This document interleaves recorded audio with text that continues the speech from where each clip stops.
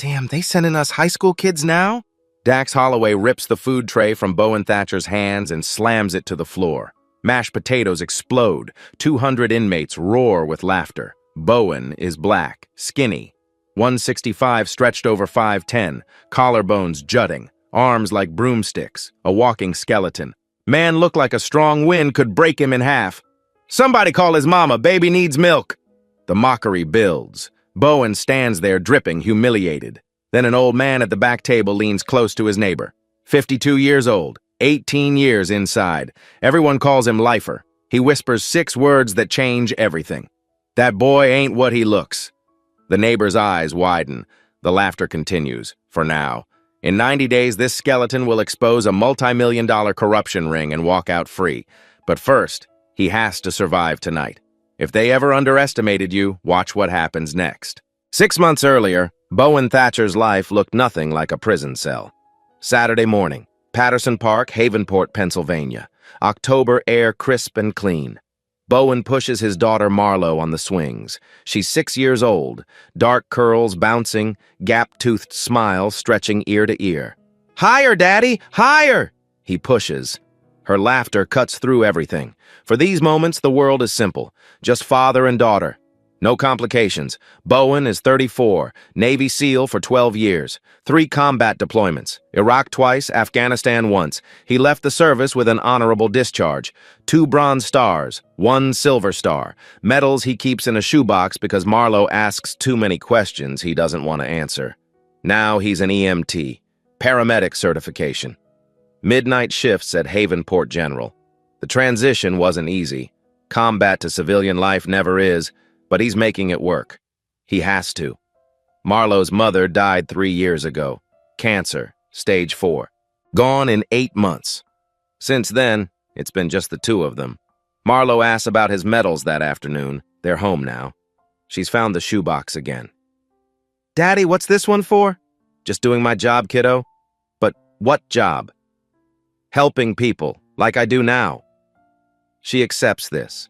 6-year-olds don't need details about Fallujah, about breaching compounds at 3 a.m., about things he still sees when he closes his eyes. That night, Bowen finishes a 12-hour shift, exhausted. 3 cardiac arrests, 1 stabbing victim, 1 kid with an asthma attack who reminds him too much of Marlo. He drives his Honda Civic through downtown Havenport, 3 blocks from home. Then he sees it. Montgomery Street, alley between a pawn shop and a closed laundromat. Sodium streetlights casting everything orange. 3 Havenport police officers standing over a man on the ground. The man isn't resisting. He's not moving at all. Captain Dalton Rutledge stands over him, fist coming down. Again. Again. The man's face is a mess, blood pooling on asphalt. Bowen's training kicks in before thought does. He stops the car, gets out. "I'm a paramedic. That man needs medical attention." Rutledge turns, badge reflecting light, eyes cold as January. "Mind your business." "This is my business. I'm calling 911. Bowen reaches for his phone. 3 seconds later, he's face down on asphalt, hands wrenched behind his back, metal cuffs biting into wrists. His phone clatters away. "You just assaulted a police officer. I never touched—" "Shut up." The charges come fast. Assault on a police officer, 3 counts. Bowen's dash cam recorded everything. The beating, his intervention, his hands never touching anyone. But during evidence review, the file corrupts. Technical malfunction. Irreparable.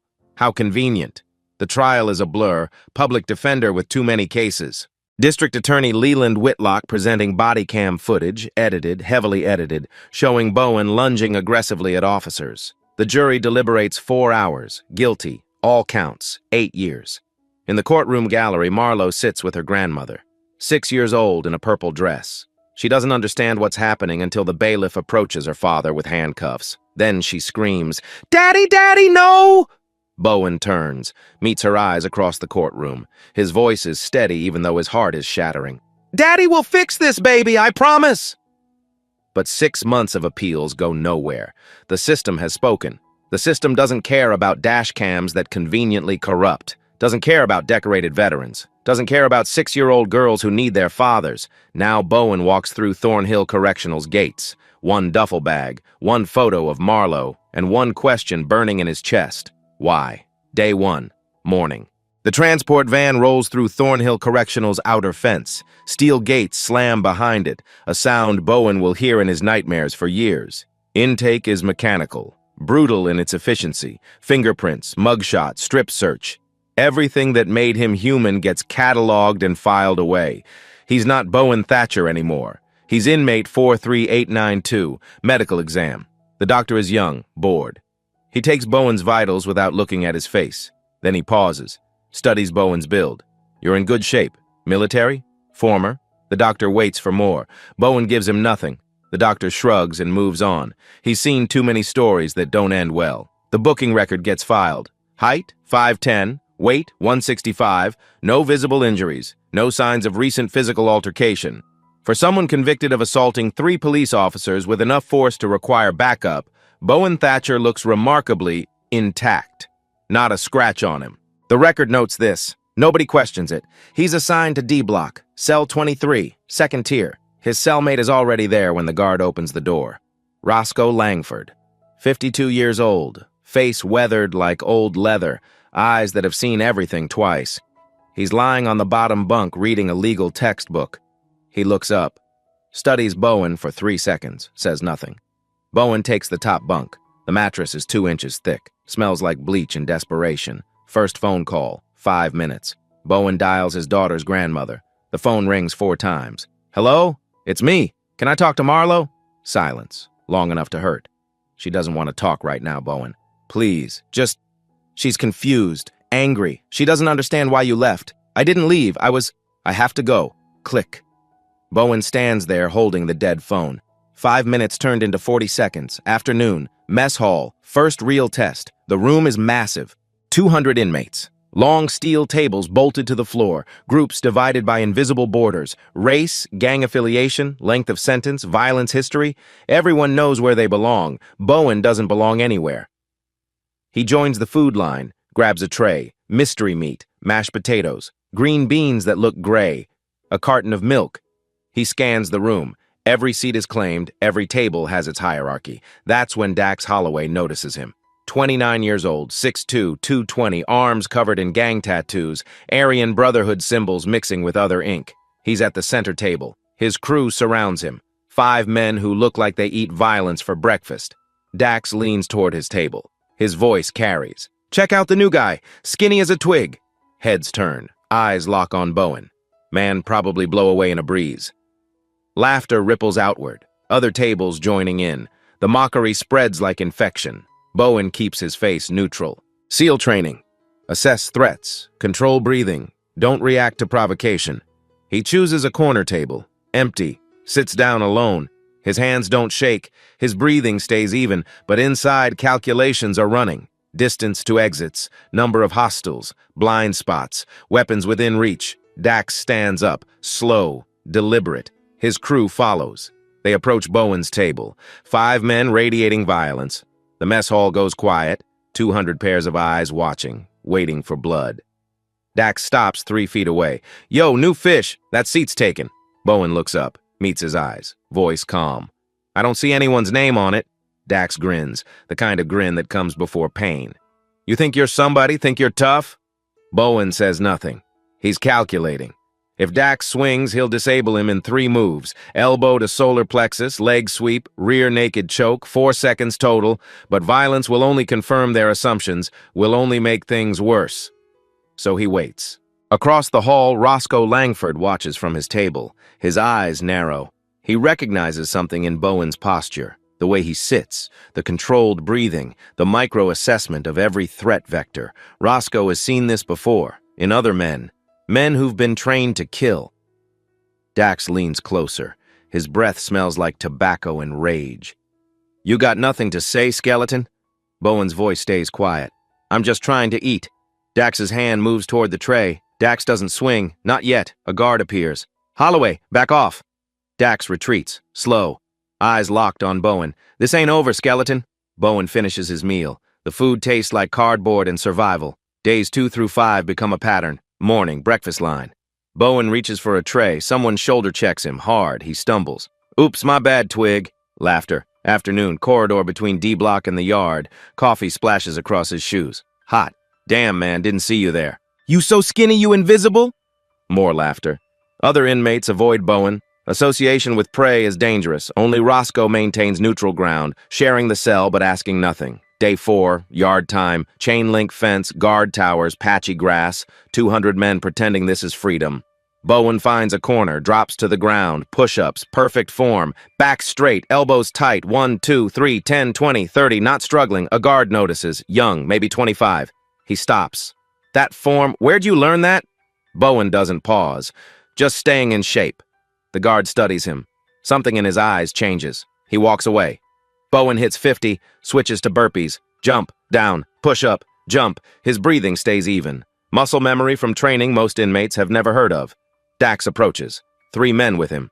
Yo, skeleton, trying to get swole? Bowen stands, slow, not aggressive, not submissive, just ready. You think them push-ups gonna help you? We can test that right now. Bowen's hands hang loose, weight centered. Every SEAL knows the best fight is the one that never happens. His eyes calculate. Dax is big but slow. Left guy has a bad knee. Right one is twitchy. Third is just muscle. 4 seconds, maybe 5. Before anyone moves, a voice cuts across the yard. Thatcher, my office, now. Warden Merritt Ashworth. Standing by the entrance, face like stone. Bowen walks toward him. Behind him, Dax mutters, lucky skeleton. The warden's office smells like cheap coffee and cigarettes. Ashworth sits behind his desk, papers scattered. He doesn't offer Bowen a seat. I hear you're having trouble adjusting. I'm not causing trouble, sir. Good, keep it that way. Head down, mouth shut, no phone calls to lawyers. You understand? Bowen's jaw tightens. I have rights. Ashworth cuts him off. Sharp. Rights? You assaulted 3 cops, Thatcher. You're lucky you're not in maximum security. Nobody cares about your rights. Nobody's coming to save you. 8 years, maybe more if you keep making waves. Silence. Do we understand each other? Yes, sir. Get out. What Bowen doesn't know. The visitor log on Ashworth's computer shows Captain Dalton Rutledge visited twice this week. Official reason, coordinating inmate transfers, but there's no transfer scheduled. A guard will mention it to Roscoe later. Captain from Havenport, 2nd time this week. Roscoe's eyes will narrow. Interesting. That evening, mess hall. Bowen enters, gets his tray, scans for a seat. His tray is already on a table. Empty table, waiting. Dax stands beside it, smiling. Every other seat is full, deliberately. Bowen has no choice. He approaches. Yo, Thatcher! Got your dinner right here, man. Bowen stops 3 feet away. Dax shoves the tray. Metal clatters, mashed potatoes explode, meat slides, milk carton spins, green beans scatter. 200 inmates stop. Stop eating. Stop talking. Stop breathing. Absolute silence. All eyes on Bowen. He looks at the mess, looks at Dax, looks at 200 men. Then he kneels, picks up the tray, picks up the food, piece by piece. Mashed potatoes leaving grease on his fingers, meat from prison floor, crushed milk carton. Slow, methodical, silent. That's right, skeleton. Know your place. Laughter spreads, table to table, humiliation complete, public, total. Bowen collects everything, stands, walks to the trash, dumps it all. No dinner tonight. He goes back to cell 23, empty stomach, bruised pride, alive. Roscoe watches from across the hall. He sees what others miss, the controlled violence in Bowen's restraint, the discipline in his humiliation. That man isn't weak. He's waiting. Later. Cell 23. Roscoe speaks. First real words since Bowen arrived. You're not simple. Bowen doesn't respond. The way you move. The way you breathe under pressure. You've been trained. Silence. I've been here 18 years, Thatcher. I've seen every type. Gangbangers, killers, white-collar criminals. You're different. Nothing. Different men either get buried or get smart. Which one are you? Bowen finally turns his head. Why do you care? Because buried men can't help themselves. Smart men can change everything. Before Bowen can respond, footsteps echo outside. A guard walks past their cell, keys jangling. The moment passes. Roscoe lies back down. Think about it. Hours later in the warden's office, a phone rings. Ashworth answers. His voice drops. We have a situation. The SEAL is attracting attention. Captain Rutledge's voice crackles through. Then remind him why he's there. Tomorrow, Bowen will learn that sometimes the most dangerous enemy isn't the one you can see. Day 8, morning, cell 23. Bowen wakes at 5 a.m. Habit.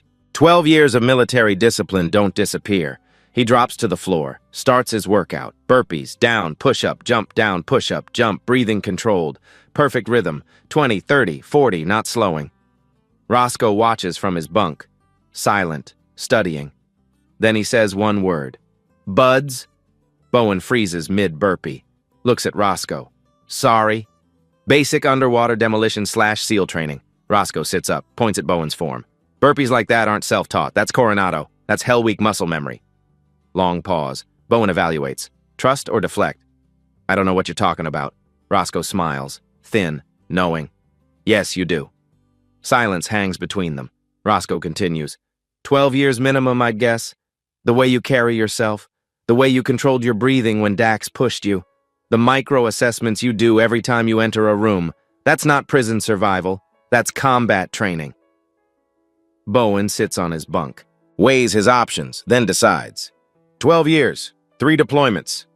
Roscoe nods. Thought so. Why does it matter? Because some people should know. Some people should be afraid. Bowen shakes his head. Nobody needs to know. Roscoe's smile widens. Too late. That afternoon, yard time. Dax is planning. Another confrontation. Bigger this time. 5 men ready.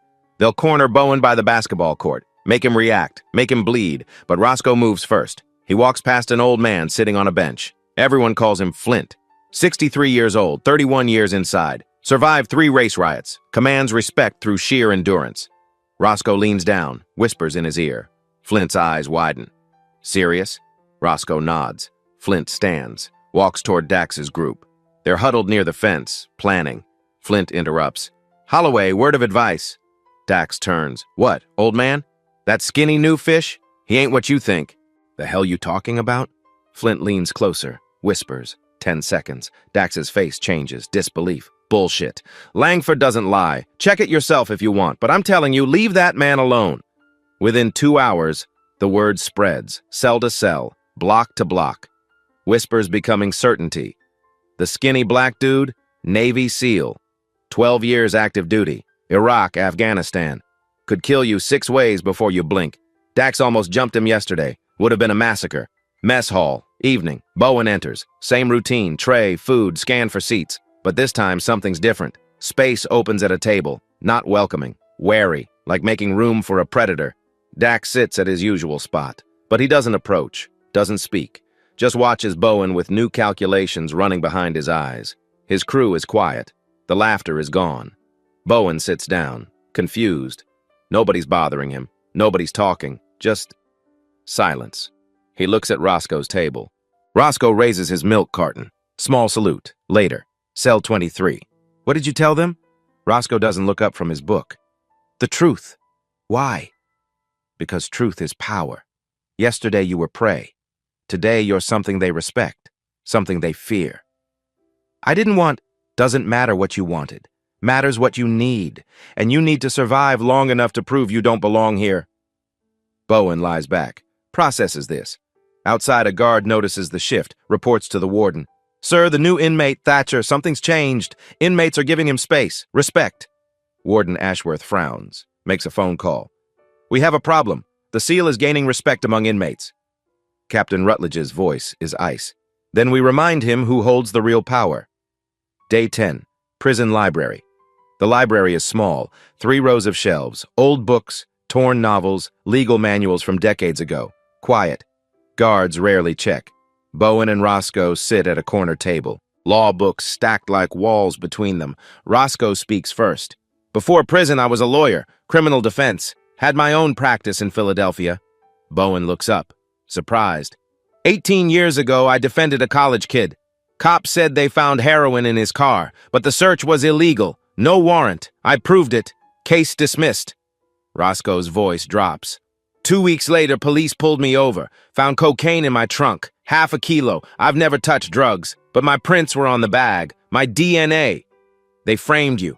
Same department that arrested you. Havenport PD. Different captain then. But same unit, same tactics. Rutledge learned from them. Bowen remembers his arrest. The man Rutledge was beating, he called him by name. They knew each other.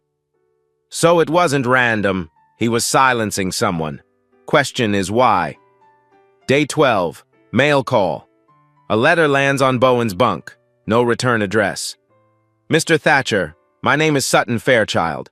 I'm an investigative journalist. I run a blog called Shadows and Gavels. I've been tracking Havenport PD for 2 years. Your case matches a pattern. I think you were framed. I want to help. Right back. SF Bowen shows Roscoe. I know her work. She exposed sheriffs in 3 counties. Got them indicted. She's legitimate. Bowen writes back that night. Tells her everything. The beating, his arrest, the corrupted dash cam, the trial. 5 days later, Sutton responds. Thick envelope, documents inside. The first page is a printed email from Captain D. Rutledge to District Attorney L. Whitlock.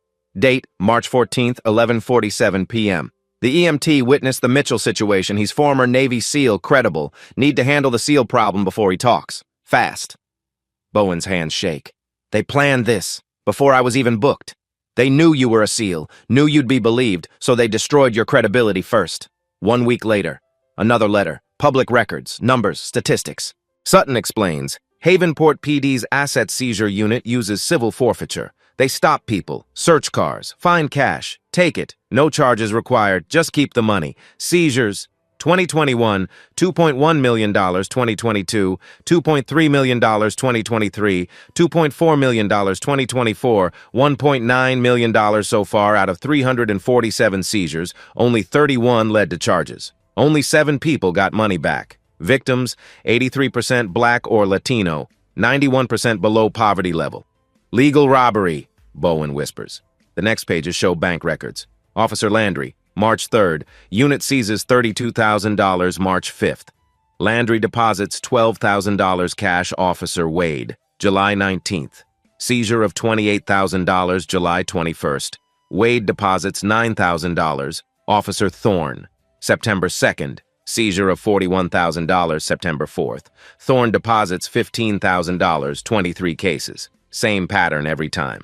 They're stealing it for themselves, Bowen says. Roscoe calculates. $2.3 million yearly. Officers pocket 20%. That's $460,000 split among them. Tax-free. Where's the rest? That's what we need to find out. They work every evening. Library time extended by sympathetic guards. Roscoe searches prisoner records.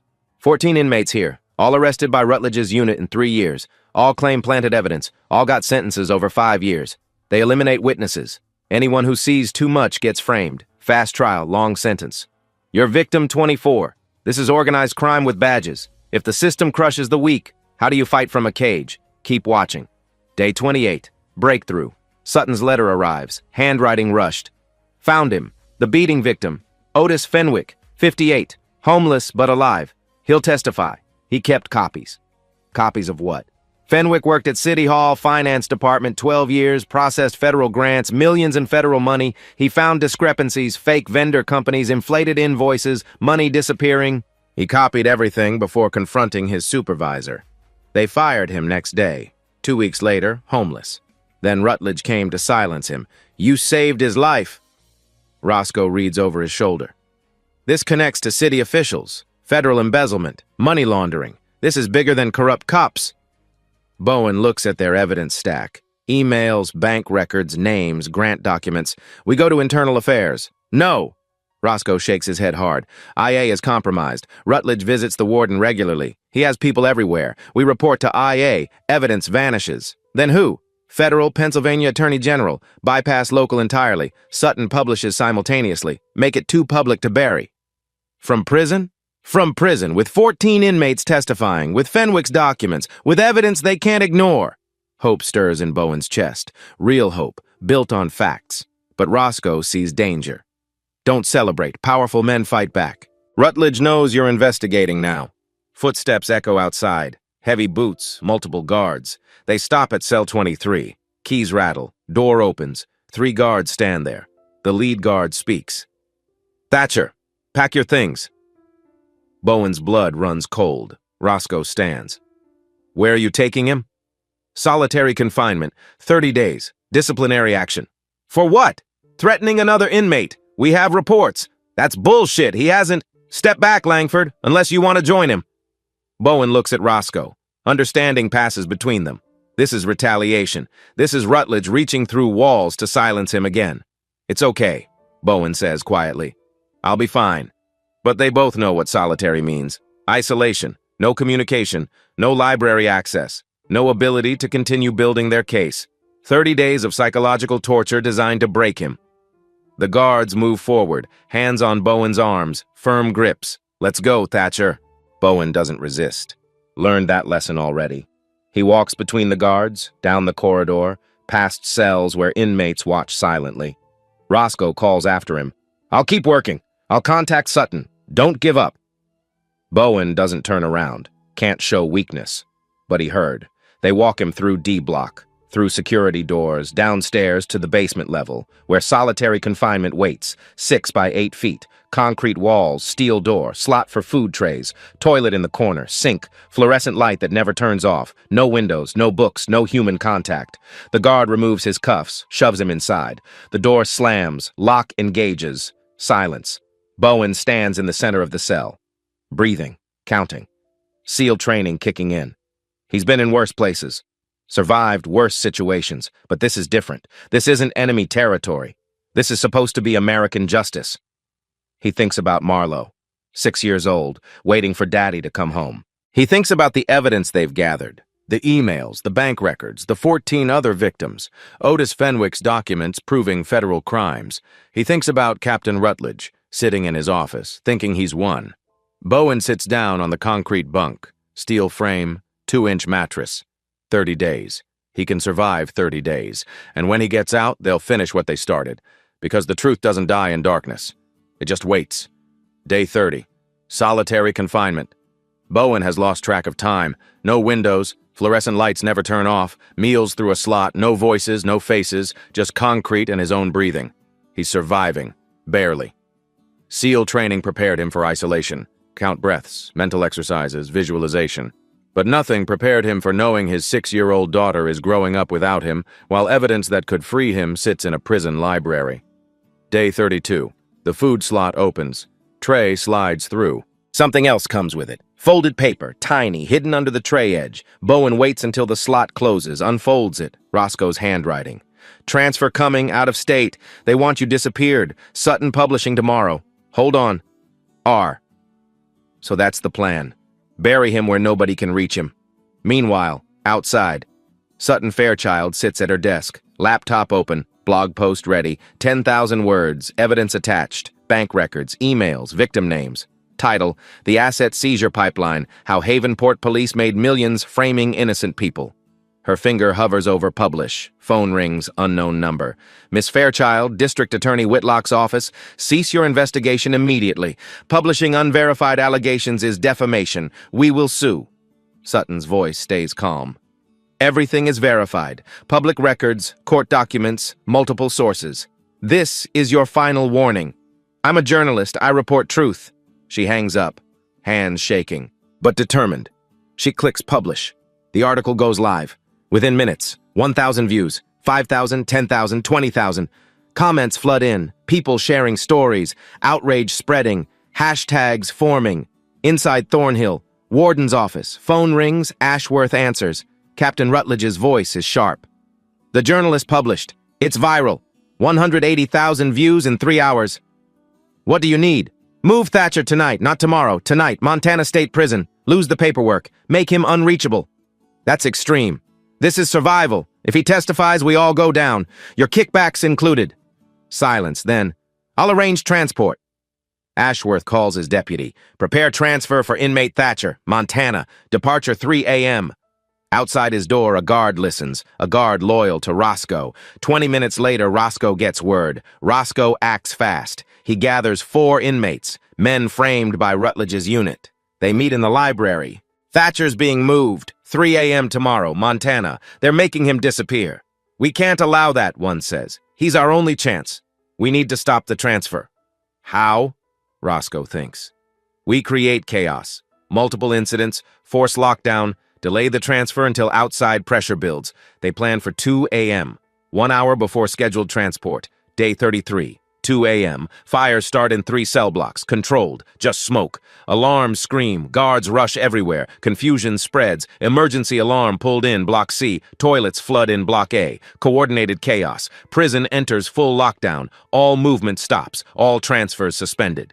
Warden Ashworth screams into his phone. What's happening? Multiple incidents, coordinated, lockdown protocol active. The transfer suspended. Nothing moves until cleared. Ashworth knows this wasn't random. In solitary, Bowen hears alarms, running footsteps above, shouting, chaos. He doesn't know details. But something's happening. Maybe Roscoe succeeded. Maybe there's still hope. 6 a.m. Order restored. But the transfer window passed. Transport left empty. Protocol requires 24-hour notice to reschedule. Ashworth calls Rutledge, furious. Coordinated incidents, the inmates know. Then handle it differently. Accident, make it natural. I mean do what's necessary. Outside, momentum builds. Sutton's article hits 300,000 views. Philadelphia Inquirer covers it. News stations call. Social media explodes. Justice for Thatcher trends statewide now. Not just city, entire Pennsylvania watching. Lieutenant Sloan Carmichael reads the article at Internal Affairs headquarters. Cross-checks her own investigation files. Sees the full scope laid bare. The pattern she suspected now confirmed with overwhelming documentation. She calls Pennsylvania Attorney General's office immediately. I have evidence of systemic corruption in Havenport, racketeering, money laundering, civil rights violations under color of law, multiple victims, federal crimes. We need immediate intervention. The Attorney General's office responds within 1 hour. Send everything. We're opening formal investigation today. The net is tightening around Captain Rutledge, around Warden Ashworth, around everyone involved. But cornered predators are the most dangerous.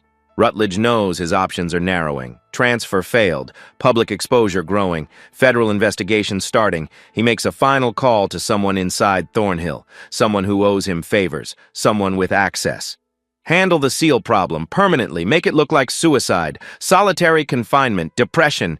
It writes itself. The walls are closing, but before they crush him, Rutledge will eliminate the one witness who started everything. Day 38, solitary confinement. Day 8. Bowen sits on the concrete bunk, staring at walls. He's stopped exercising, stopped counting breaths, stopped fighting. The fluorescent light hums constantly, never dims, never stops. His sleep cycle is destroyed. How many more days? How many more years? The questions loop endlessly. Maybe I should just serve the time. Keep quiet. Keep Marlowe safe. SEAL training taught survival, but it didn't teach how to survive when your daughter stops believing you'll come home. Day 40. The food slot opens. Tray slides through, but there's something extra. An envelope. Small. Pink. Bowen's heart stops. He waits until the slot closes, opens it with shaking hands. Marlowe's handwriting. 6 years old, crooked letters. Dear Daddy, Grandma says you are in timeout. I miss you.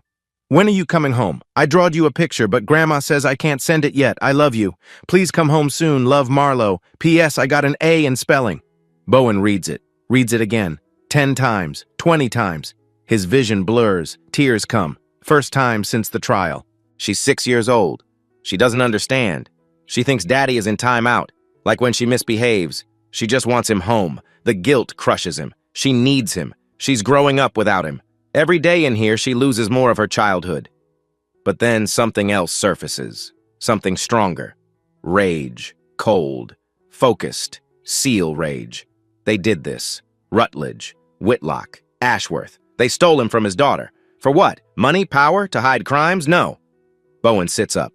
Wipes his face. Reads the letter again. I got an A in spelling. 6 years old. Proud of her A. Wanting to share with Daddy. He can't quit. Not for himself. For her. She needs to see that fighting for truth matters, that her father didn't abandon her, he was taken, and he's fighting to come back.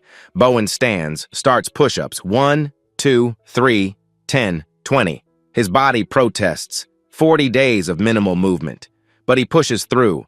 Pain is temporary. Quitting is forever. 50 push-ups, sit-ups. Burpees in the tiny space. Focus returns. Mission reestablished. Survive solitary. Get back to population, finish the case, testify, expose them, get home to Marlowe. Day 42, another note through the slot. Roscoe's handwriting. Fenwick has everything.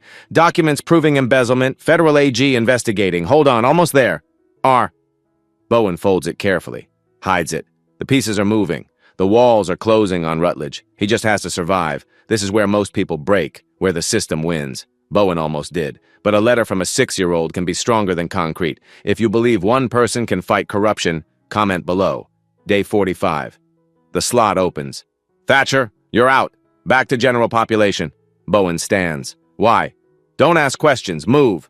10 minutes later, he's walking through corridors, normal light, guards beside him. Back to D block, cell 23. Roscoe is waiting, smiling. Welcome back. Bowen's voice is rough. What happened? Federal pressure. AG made calls. Warden got nervous. Where are we? Close. Fenwick testified. 14 inmates signed statements. Sutton's article hit 500,000 views. Grand jury convening soon. Bowen sits on his bunk. 45 days. They didn't break him. Let's finish this. Day 45. Back in general population. The mess hall feels overwhelming after solitary. 200 voices, movement, life. Bowen sits with Roscoe. The library crew joins them. 4 other inmates, all victims of Rutledge's unit. Things move fast while you were gone, Roscoe says. Lieutenant Carmichael at Internal Affairs opened a formal investigation. Into what? Everything. The entire asset seizure unit. Roscoe slides a folded paper across the table. Smuggled document. Official IA letterhead. Internal Affairs preliminary report. Lieutenant S. Carmichael. Investigation into Havenport PD asset seizure unit reveals 52 formal complaints filed over 5 years. All 52 dismissed without investigation. Pattern suggests systematic misconduct requiring federal oversight. Bowen reads it twice. 52 complaints.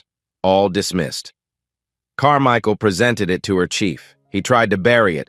She went over his head, straight to the Attorney General. One of the other inmates speaks up. My complaint was number 18. They told me to stop wasting their time. Another. Mine was 23. Said I was lying, making excuses. The stories pour out. Years of ignored complaints. Dismissed victims. System protecting itself. But momentum is shifting now. Roscoe continues. Sutton published a second article. About you specifically. Your service record. Your daughter. The frame job. It went viral. How viral? 500,000 views in 48 hours. 3,000 comments. National outlets picking it up. CNN mentioned it yesterday. Bowen feels something dangerous. Hope. People are sharing their own stories, Roscoe explains. Hundreds of comments. Other victims across Pennsylvania. Other departments doing the same thing. This is bigger than Havenport now. ACLU noticed too, another inmate adds.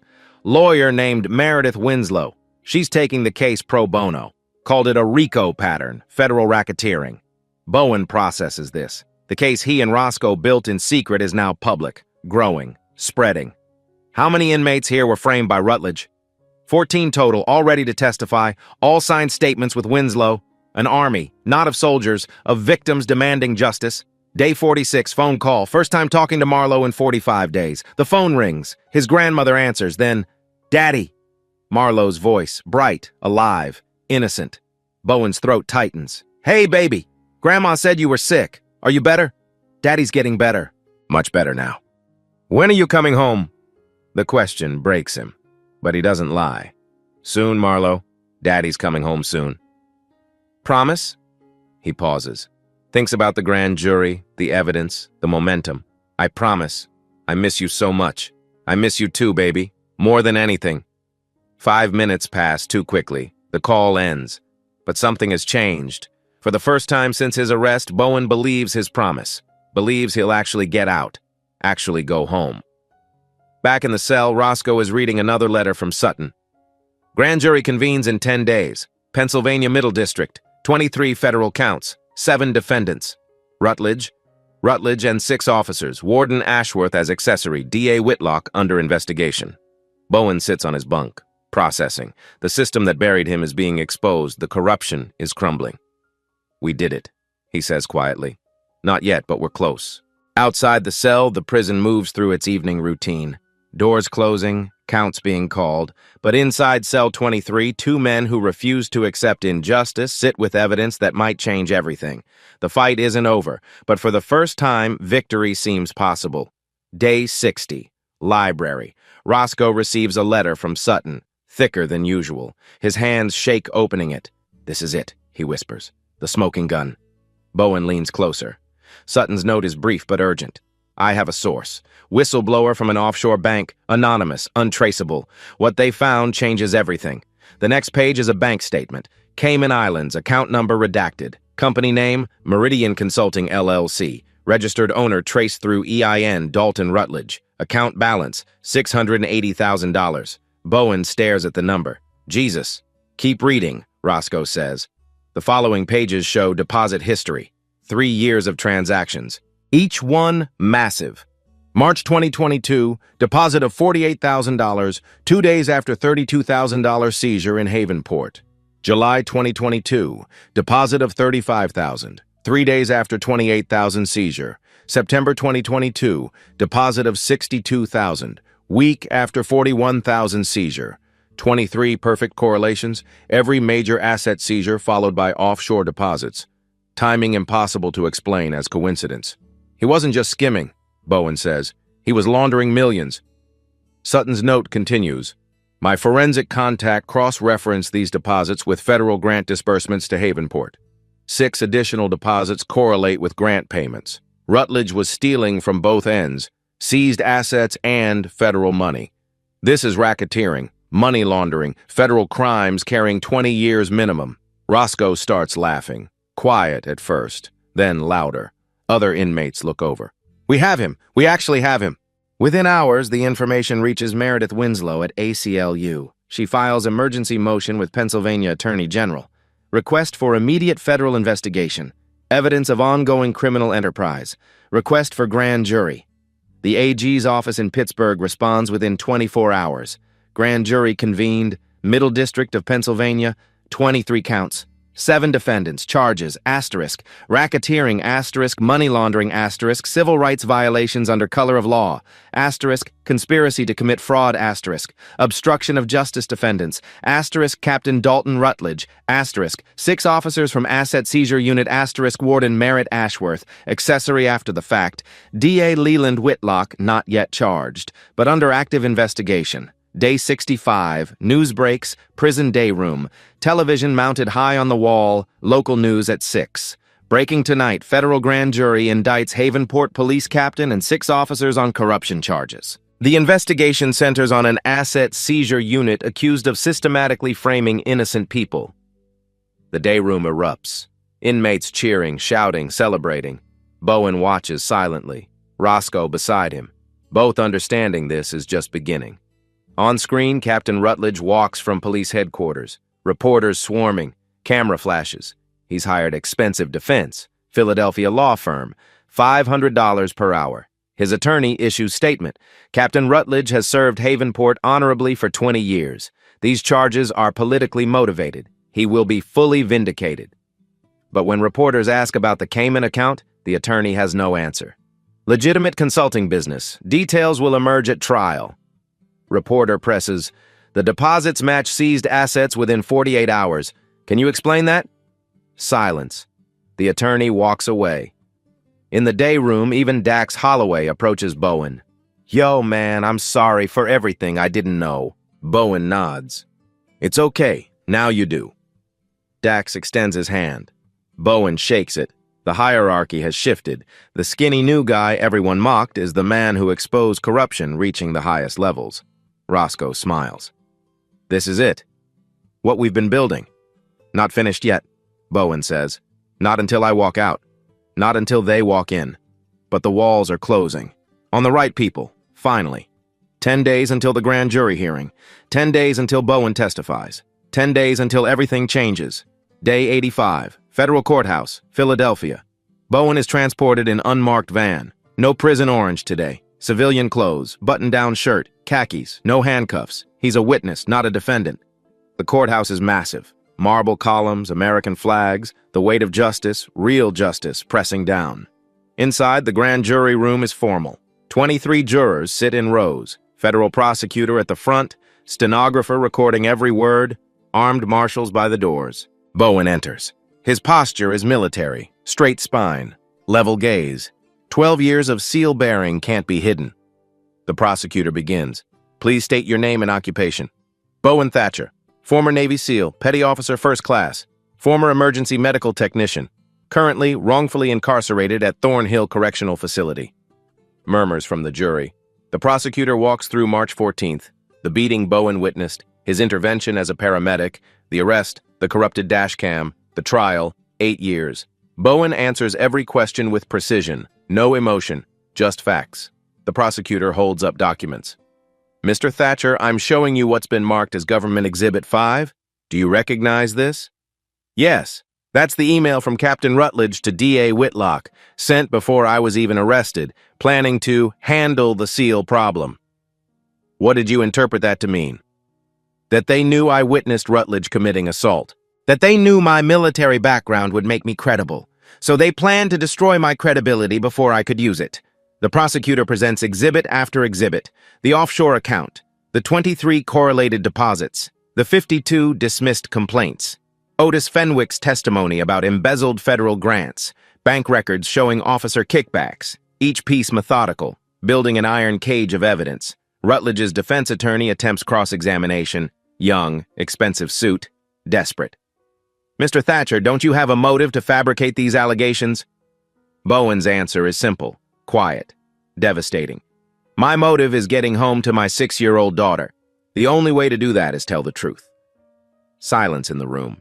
The attorney tries again. Isn't it true you were convicted by a jury of your peers? Yes, based on corrupted evidence and lies. That's why we're here.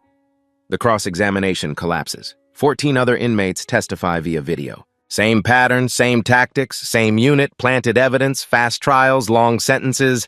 Otis Fenwick testifies, shows federal grant documents, fake vendor companies, millions stolen, his beating when he discovered it. Lieutenant Carmichael testifies, 52 complaints ignored, system protecting itself. The evidence is overwhelming, undeniable, crushing. The grand jury deliberates 3 hours. Bowen waits in a holding room, marshals outside, trying to control his breathing, trying to believe. Then the door opens. The prosecutor enters, face neutral. Mr. Thatcher, the grand jury has returned a true bill on all 23 counts. F exhales. First real breath in 85 days. Captain Rutledge and 6 officers are indicted. Federal charges. Warden Ashworth indicted as accessory. D.A. Whitlock's indictment expected within weeks. Back at Thornhill that evening, Bowen watches the news. In a stunning development, federal grand jury indicts Havenport Police Captain Dalton Rutledge and 6 officers on racketeering and corruption charges. The indictment alleges a years-long conspiracy to frame innocent people and steal millions. The day room erupts, inmates cheering. Justice, real justice, finally happening. But Bowen sits quietly. This is progress, not victory. Victory is walking out these gates. Victory is holding Marlowe again. That's still coming. Day 90, emergency motion filed. ACLU petitions for Bowen's immediate release, evidence of actual innocence. Newly discovered proof of systematic frame-up. Federal Judge Constance Fairbanks reviews the case overnight. Morning. Her ruling comes down. Based on overwhelming evidence demonstrating actual innocence, all charges against Bowen Thatcher are hereby dismissed with prejudice. The defendant is ordered released immediately. Day 91. Thornhill gates open. Roscoe watches from the fence. Go. Get your daughter.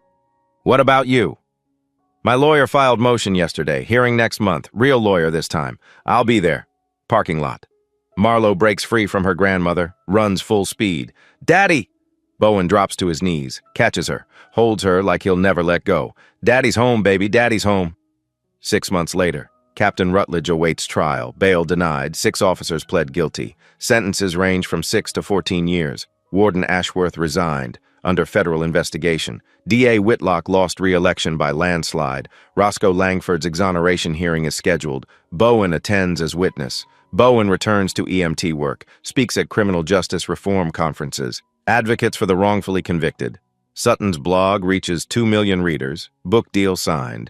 Sometimes the quietest man in the room is the most dangerous. Not because of violence, because of truth. If this story moved you, hit like and subscribe. There are thousands of Bowen Thatchers still fighting. Your voice might be the one they need. Comment below. Do you believe one person can change a broken system?